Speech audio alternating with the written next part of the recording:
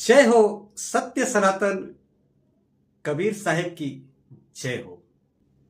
शब्द संभाल के बोलिए, शब्द संभाल के बोलिए, शब्द के हाथ न पाओ, एक शब्द सदी बने, एक शब्द करे घाव कबीरा, एक शब्द करे घाव। कबीर दास जी हम सबको फरमा रहे हैं और इस दोहे के माध्यम से बता रहे हैं, चेता रहे हैं कि जो शब्द होता है इसमें बहुत पावर होती है, बहुत शक्ति होती है, बहुत एनर्जी होती है। ये शब्द के माध्यम से हम, या यूं कहें तो ये सृष्टि का पूरा निर्माण हुआ है। हर एक शब्द के द्वारा हर एक खूबसूरत रचनाएं तैयार की गई हैं। एक खूबसूरत वर्णन से एक फूल का निर्माण कर सकते हैं और इन्हीं शब्दों के द्वारा नदी ना हो, लेकिन आप इन शब्दों को एक ऐसे ऐसे पिरो सकते हैं कि आप महसूस करेंगे कि नदी की धारा बह रही है। शब्द में बहुत ताकत होती है। कबीर साहेब हम सबको बता रहे हैं कि बहुत ही सोच समझ करके हमें शब्दों को बोलना चाहिए, क्योंकि एक शब्द ऐसा होता है जो औषधि का काम करता है। किसी की दुख में आप दो मीठे शब्द बोल देते हैं और वो भी अंदर से अपने आप को खुश अनुभव करता है।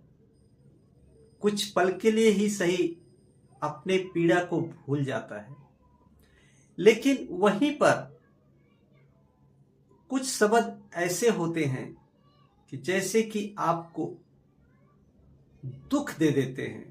कहते हैं कि गोली की मार जो है एक बार भर जाता है, लेकिन बोली की मार जो है एक नासूर बन करके जिंदगी भर उसको कोसता रहता है। तो आइए इसको हम एक उदाहरण के माध्यम से भी जानने का प्रयास करते हैं। खासकर भारत के मूल नागरिक जितने भी हैं सब इस महाभारत के नाम से परिचित हैं। महाभारत में एक प्रसंग आता है और वो शब्द का ही कारण बनता है। दुर्योधन एक बार महल में जा रहा था और पानी के अंदर गिर गया और वहीं द्रौपदी एक कटाक्ष बोल देती हैं और वो कहती है कि अंधे का बेटा अंधा ही होगा।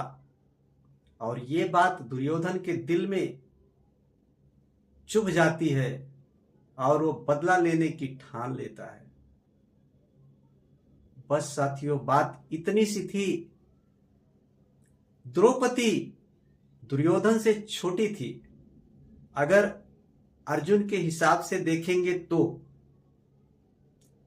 युधिष्ठिर के हिसाब से देखेंगे तो युधिष्ठिर बड़ा बेटा है, लेकिन अर्जुन के हिसाब से देखेंगे तो छोटी थी द्रौपदी। लेकिन कारण यहां पे ये नहीं है कि छोटा या बड़ा, यहां तो शब्द की बात हो रही है।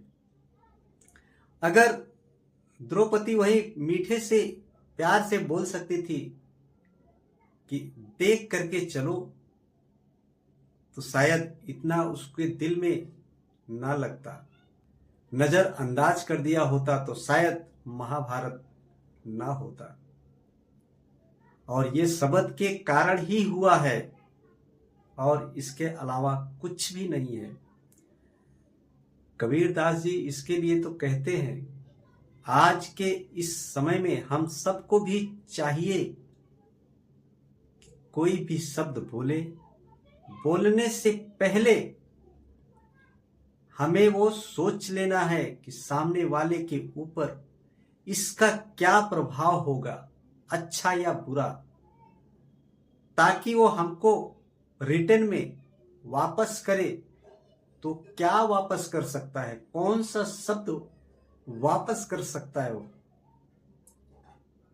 क्योंकि जैसा बीज मैं बोऊंगा वैसी ही फसल मैं काटूंगा।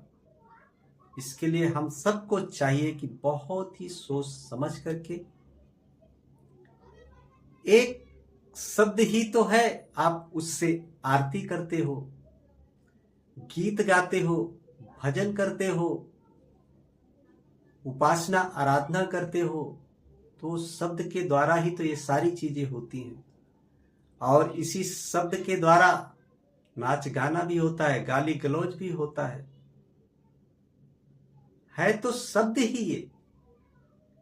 लेकिन कौन सा शब्द कहां पे प्रभाव डालेगा और कौन सा शब्द नकारात्मक ऊर्जा को उत्पन्न करेगा, वो सब चीज हमको अपने ख्याल में रख करके, अपने दिमाग में रख करके हमें बात करनी चाहिए। इसी वाणी के साथ दीजिए ब्रजेश गौतम को इजाजत, फिर मिलेंगे। जय कबीर साहिब।